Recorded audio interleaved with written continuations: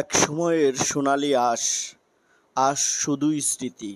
তারপরেও কিন্তু কয়েক বৎসর পরে একটু পানি হওয়াতে পাটের যে সরবরাহ তা কিন্তু ঐতিহ্যবাহী গিউরহাটে এই যে দেখছেন আপনারা যে ধলেশ্বরী নদী হয়ে পাট এই হাটে নামছে। তো চাঞ্চল্য সৃষ্টি হয়েছে। তো সরকারের পক্ষ থেকে শুধুই বলা হচ্ছে যে এই পাটের যে ব্যবহার বাড়ানোর জন্য বা সেই অর্থকরী ফসলকে ঠিক করে রাখার জন্যে যা করার দরকার পলিথিন এবং প্লাস্টিকের ব্যবহারগুলো নিষিদ্ধ করার জন্যে তারা সবসময় কথা বলছে, কিন্তু কার্যকর মাঠ পর্যায়ে কোনো ব্যবস্থা নেই। যার জন্যই কৃষক কিন্তু তার শ্রম দিয়ে যাচ্ছে প্রতিনিয়তই, কিন্তু অর্থকরী যে ফসলের যে টাকাটা তা কিন্তু বৃদ্ধি পাচ্ছে না। আমরা কৃষকদের সাথে কথা বলেছি, কৃষকরা আমাদেরকে জানিয়েছে যে এই যে প্রতি বছর তারা পাট যে বুনন করে বা বুনে বা উৎপাদন করে, কিন্তু সেই হারে তারা টাকা পায় না।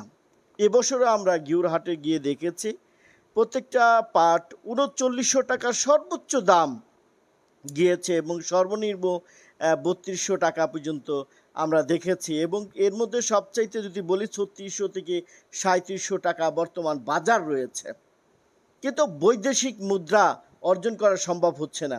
এই বাজারটা নষ্ট হয়ে যাচ্ছে দিন দিন। সরকারের পক্ষ থেকে বিশেষ করে বাণিজ্য মন্ত্রণালয় এবং কৃষি মন্ত্রণালয় পদক্ষেপ নিতে হবে। পদক্ষেপ না নেওয়া পর্যন্ত এই যে অবস্থা তা কিন্তু কৃষকদের কাটবে না।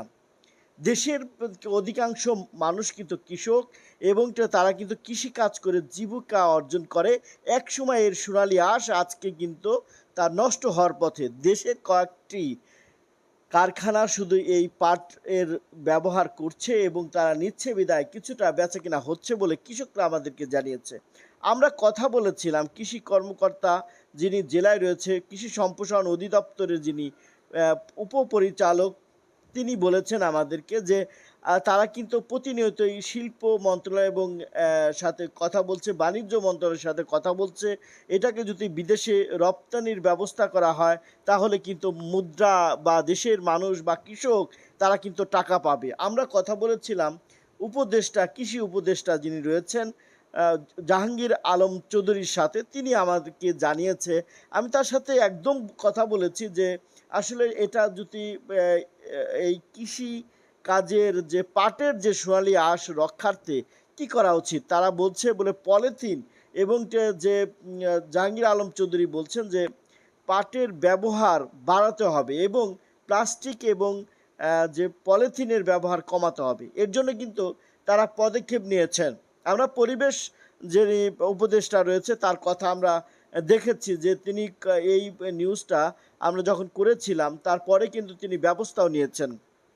তিনি পলিথিন এবং প্লাস্টিকের বিষয়ে খুব একটা ব্যবস্থা নেবেন বলে তারা তিনি আশ্বাস তো গিয়েছে। আমরা মিডিয়ার মাধ্যমে তার কথাটা দেখেছি, কিন্তু কৃষি মন্ত্রণালয়ের যিনি উপদেষ্টা তার সাথে আমি একদম প্রত্যক্ষভাবে কথা বলেছি। তিনি এই বলেছে আসলে দেশের যে পণ্যগুলো রয়েছে, যেমন পাটজাত দ্রব্য বা পাট যদি ঠিকমতো রপ্তানি করা হয়, সেটাকে বাজারজাত করা হয়, এবং কি গিউরহাটের মতো যে হাটগুলো রয়েছে মানিকগঞ্জে, সেই হাটগুলোকে চাঞ্চল্য করা হয়। এই হাটেরও অনেক সমস্যা রয়েছে, সেই সমস্যাগুলো সমাধান করে এই হাটে টয়লেট নেই, নেই যে একটি টিউবওয়েলের ব্যবস্থা নেই। এই কৃষি যারা একটা ব্যবসা করে তারা খুব দুঃখ প্রকাশ করেছে। আসলে এটা মানুষের জন্য কথা বলি, এই কাজগুলো যদি বাস্তবায়িত হয় বা মানুষ দেখে, এই কৃষকরা যদি এটা উপকৃত হয় তাহলে আমরা উপকৃত হব। আমরা মনে করি যে এক কথা বলতে বলতে এক সময় এই যে কথাগুলো আসলে মন্ত্রণালয়ে পৌঁছাবে, শিল্প মন্ত্রণালয়, বাণিজ্য মন্ত্রণালয়, পরিবেশ মন্ত্রণালয়, তখন কিন্তু কার্যকর ব্যবস্থা হলে একসময় সোনালি আঁশ আবার দেশে ফিরে আসবে বলে আমরা মনে করছি। সেই ক্ষেত্রে এটা পদক্ষেপ নিতে হবে, যার যার জায়গা থেকে যদি ব্যবস্থা নেওয়া হয়, কৃষি মন্ত্রণালয়, বাণিজ্য মন্ত্রণালয়, পরিবেশ মন্ত্রণালয় যদি ব্যবস্থা নেওয়া হয় তাহলে সেই আগের যে সোনালি আঁশ পাট তা কিন্তু রপ্তানি করে দেশের মুদ্রা অর্জিত হবে এবং ডলার আসলেই কিন্তু দেশ উন্নত হবে বলে আমরা মনে করছি। সবাই ভালো থাকবেন, সুস্থ থাকবেন, সেই প্রত্যাশায় রাখছি।